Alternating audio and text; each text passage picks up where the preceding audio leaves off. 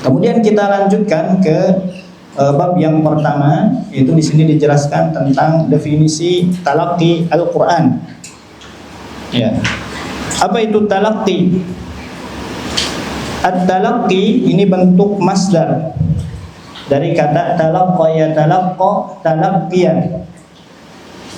Dibentuk masdar dari kata talaqqa yatalaqqa talaqqiyan.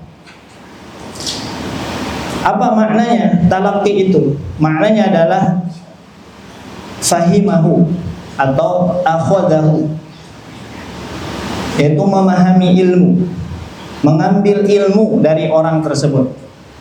Dari generasi sebelumnya, itu makna dari talaqqi. Ya, akhadahu fahimahu. Orang Arab mengatakan talaqqa minhu al-ilma. Ya, dia bertalaqqi ilmu kepadanya. Artinya adalah dia sedang memahami ilmu dari gurunya. Dia sedang mengambil ilmu dari gurunya atau memahami ilmu dari gurunya. Itu makna dari talaqqi. Jadi talaqqi itu memahami ilmu, mengambil ilmu dari guru, ya. Bukan hanya sebatas bertemu saja. Ya, bukan sebatas bertemu saja, akan tetapi ada proses, ya, pembelajaran, ya, mengambil ilmu, memahami maksud ilmu. Nah, mempelajari bacaan Al-Quran ini kaidahnya harus dengan cara bertalaqqi. Bahkan bukan hanya mempelajari bacaan Al-Quran saja, ya, ilmu agama itu harus dipelajari dengan cara bertalaqqi. Harus jelas siapa gurunya, kita mengambil dari siapa, ya, memahami ilmu dari siapa, mendapatkan ilmu dari siapa. Semua, ya, semuanya, termasuk membaca Al-Quran. Dan membaca Al-Quran ini kalau tanpa ada guru, nanti maksud-maksudnya akan ada yang hilang, ya, akan ada yang hilang. Maka para ulama mengatakan qiraat al-aslu fi ta'limi qiraatil Quran. Yang poin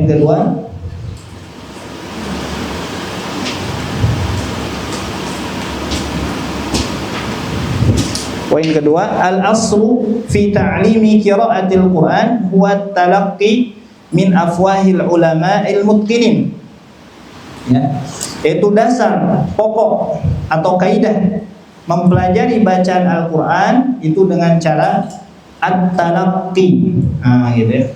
Dengan cara at-talaqqi min afwahil ulama al-mutqinin, yaitu dari para ulama yang mutqin, yang kompeten, yang memiliki kemampuan di bidang ilmu tersebut, yang mutqin, ya, seperti itu. Nah, apa itu talaqqi? Tadi sudah kita jelaskan bahwa talaqqi itu mengambil ilmu, akhadahu, fahimahu.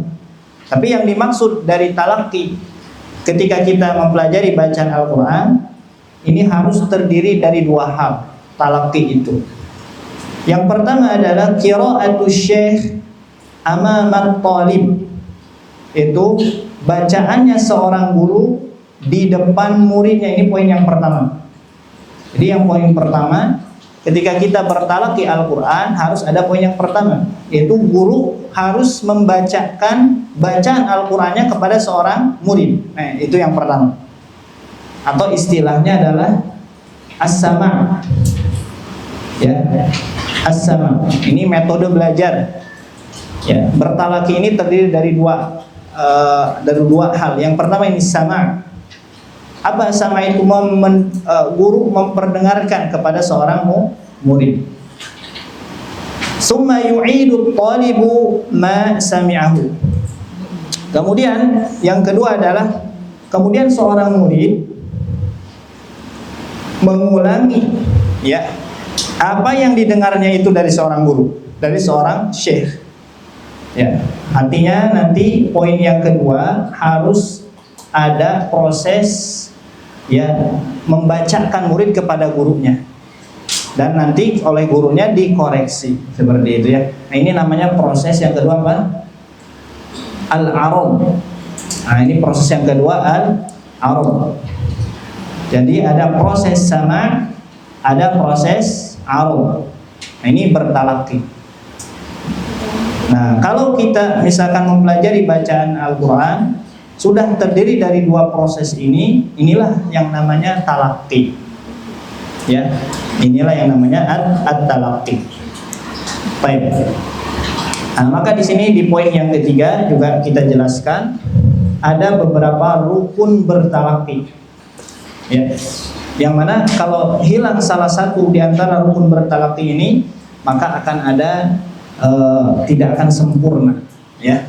Yang pertama adalah harus ada syekh, harus ada guru. Pastinya ya, ketika kita bertalaqi mempelajari bacaan Al-Qur'an harus ada guru. Tidak mencukupkan kepada buku saja. Bukan kita belajar kepada YouTube, bukan. Kepada Google atau yang lainnya, bukan. Tapi harus ada guru, ya. Yang mana nanti guru ini akan mengoreksi bacaan kita. Yang mana adanya seorang guru itu akan mempersingkat proses belajar kita, mempercepat proses belajar kita. Ketika kita memiliki guru, ya, guru itu kalau kita ibaratkan seperti pemandu di dalam sebuah perjalanan. Artinya nanti seorang guru harus ada kriterianya, ya, seorang guru harus ada kriterianya. Di antaranya adalah kriteria seorang guru ketika kita ingin bertalaqi kepada guru tersebut. Di antaranya adalah guru tersebut harus pernah juga merasakan, misalkan ketika kita belajar baca Al-Quran, guru tersebut juga harus bisa pernah merasakan selesainya proses talaqinya kepada guru sebelumnya. Sudah mentalaqikan bacaan Al-Qurannya dari surah Al-Fatihah sampai surah An-Nas. Ya, seperti itu.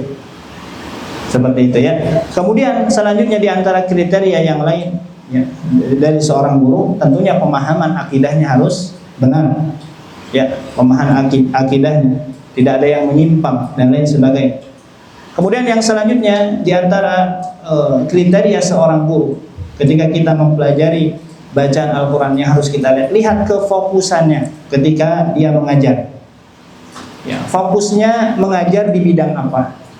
Ya, seperti itu. Kalau misalkan guru tersebut atau syekh tersebut fokus di bidang ilmu tajwid, di bidang qiraat, ya, kemudian juga syekh tersebut mengajar kemana-mana, ya, mengajar di mana-mana, dia mengadakan halaqahnya halaqah ilmu qiraat atau ilmu yang berkaitan tentang bacaan Al-Quran, maka ini menunjukkan kepada keahlian seorang guru, ya, dan keseriusan guru tersebut ketika mengajar, ya, dan kefokusan guru tersebut ketika dia mendalami sebuah cabang ilmu, dan juga ketika dia mengajar terus-menerusan di satu bidang, maka akan ada pengalaman di dalam mengajar, akan lebih ahli, akan tahu kondisi bagaimana nanti di lapangannya, seperti itu. Yaitu diantara guru, ya, yang pertama harus ada guru, yang kedua harus ada murid, ya, tidak bisa hanya guru saja, murid tidak ada, tidak bisa. Jadi dibutuhkan ada guru dan murid. Kemudian yang ketiga diantara rukun bertalaqi itu harus ada yang kita talaqikan. Apa yang kita talaqikan? Yaitu Al-Quran, ya, Al-Quran. Kemudian yang keempat, yang terakhir, harus ada kaifiyatut talaqi. Kaifiyatut talaqi. Kaifiyah, bagaimana cara bertalaqinya? Bagaimana thariqah tahammul wal adabnya? Bagaimana kita proses mengambil kepada seorang guru ilmu tersebut? Dengan proses bagaimana? Seperti itu. Ya, nah ini harus ada. Baik, dan ini sudah dijelaskan di antara tata cara bertalaqi Al-Quran. Ini sebenarnya sudah dijelaskan di dalam surah Al-Qiyamah. Ya, bisa dilihat di surah Al-Qiyamah di ayat ke-16. Ya. Nah, ini dijelaskan oleh Imam Ibnu Katsir ketika beliau menafsirkan la tuharrik bihi lisanaka lita'jala bih. Inna 'alaina jam'ahu wa qur'anahu fa idza qara'nahu fattabi' qur'anahu thumma inna 'alaina bayana. Nah, ini kata Imam Ibnu Katsir mengomentari, ya, di dalam kitabnya Al-Qur'anul Azim, beliau mengatakan hadza ta'limun min Allah 'azza wa jalla li rasulih sallallahu alaihi wasallam fi kaifiyati talaqqihil wahya minal malaki. Nah, di sini ya, garis bawahi. Di sini ada kalimat kaifiyatut talaqqi. Ya, kata beliau, kata Imam Ibnu Katsir, hada ta'limun. Ini merupakan satu pengajaran. Ya, dari Allah Azza wa Jalla kepada Rasulnya fi kaifiyatit talaqqihil wahya minal malaki, tentang bagaimana ya bertalaqi, ya, menerima wahyu atau memahami wahyu, menerima wahyu minal malaki, dari malaikat. Nah, seperti itu ya. Nah, apa katanya, bagaimana cara bertalaqi? Yang pertama, la tuharrik bihi lisanaka lita'jala bih. Ya. Janganlah kamu wahai Muhammad, ya, la tuharrik bihi lisanaka, janganlah kamu gerakkan lidahmu, ya, untuk membaca Al-Qur'an karena ingin lita'jala bih, karena hendak cepat-cepat membacanya atau menguasainya. Ya. Nah, di sini dikatakan ketika kita mempelajari bacaan Al-Qur'an, ini jangan tergesa-gesa. Ya, begitupun ketika kita mempelajari bacaan Al-Qur'an, ya, jangan tergesa-gesa. Baik dalam membaca, ketika kita membacakan bacaan kita kepada seorang guru misalkan, ya, sebelum guru mengoreksi, kita dengarkan dulu gurunya dengarkan dulu, ya. Jangan kita guru belum mengoreksi langsung buru-buru cepat baca lagi, gitu ya. Seperti itu. Padahal kita belum memperhatikannya dengan baik.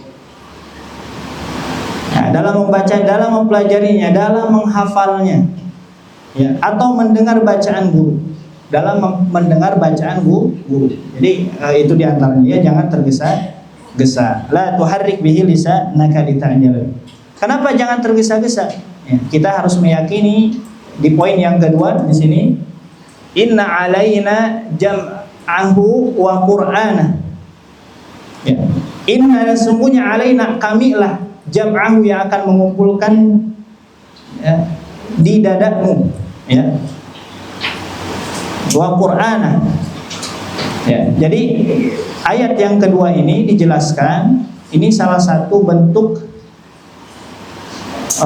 jaminan dari Allah Azza wa Jalla kepada Nabi kita Nabi Muhammad SAW, bahwa yang akan memberikan ilmu itu Allah Azza wa Jalla. Jadi jangan tergesa-gesa ketika belajar Al-Quran, karena yang memberikan ilmu itu adalah Allah Azza wa Jalla. Ya, seperti itu. Nah, ini ketika kita belajar Al-Quran, ini kita harus menanamkan di dalam diri kita bahwa yang akan memberikan ilmu itu Allah Azza wa Jalla. Artinya kita harus isti'anah di sini, harus meminta pertolongan kepada Allah Azza wa Jalla ketika belajar Al-Quran. Ya. Dengan kita isti'anah, meminta pertolongan kepada Allah Azza wa Jalla ketika mempelajari Al-Quranul Karim, maka akan menghilangkan dua sifat. Yang pertama diantaranya adalah akan menghilangkan sifat kibar, sifat sombong. Ketika kita merasa bisa, ya, kita mampu membaca Al-Quran dengan baik, kita bisa menghafal 1 juz 2 juz dengan sempurna tanpa ada yang keliru, maka ketahuilah bahwa itu adalah hakikatnya Allah yang memberikan. Maka tidak akan ada sifat kibar. Karena diantara kesalahan adalah, ya, banyak yang memiliki sifat kibar ketika diberikan keutamaan oleh Allah Subhanahu wa Ta'ala, diberikan ilmu dan sebagainya, pada akhirnya jatuh kepada kemaksiatan, yaitu kepada kibar. Ya, ini terjadi, ya, di umat-umat terdahulu. Seperti kisahnya Qarun. Ya, Qarun mendapatkan harta yang banyak itu dikarenakan ada sifat sombong, kibar. Ya. Semua yang diraih olehnya itu karenanya, bukan karena Allah Azza wa Jalla. Seperti itu. Maka berhati-hati. Itu yang pertama. Yang keduanya adalah ketika kita isti'anah kepada Allah ketika menuntut ilmu, diantaranya membaca Al-Quran, itu akan menghilangkan sifat putus asa. Akan menghilangkan sifat putus asa. Jadi terkadang ketika kita mempelajari bacaan Al-Quran, kalau misalkan yang usianya sudah lanjut, terkadang kita berpikir seperti ini, tos ini tos aki-aki, gitu ya, seperti itu. Tos ini misalkan sudah umur sudah 80 tahun, sudah 70 tahun, saya sudah gak bisa mampu lagi untuk menghafal Al-Quran. gigi saya sudah tidak ada misalnya. Semua alasan-alasan keluar dari sana. Putus asa ketika belajar. Ya, kita jangan putus asa, karena yang akan memberikan ilmu itu Allah Azza wa Jalla. Mungkin enggak, mungkin tidak Ibu ya. Ketika kita belajar Al-Quran di usia 60 tahun, 80 tahun, mungkinkah Allah memberikan ilmu kepada kita? Mungkin. Mungkinkah kita hafal 1 juz, 2 juz, 30 juz misalkan? Mungkin, insya Allah. Ya, kalau kita isti'anah, meminta pertolongan kepada Allah. Ya. Baik, maka tidak ada lagi nanti, kalau kita yakin kepada Allah, tidak ada lagi nanti yang berbicara demikian. Kita yakin saja, meskipun belajarnya lama, gitu ya. Meskipun belajarnya lama. Baik, seperti itu.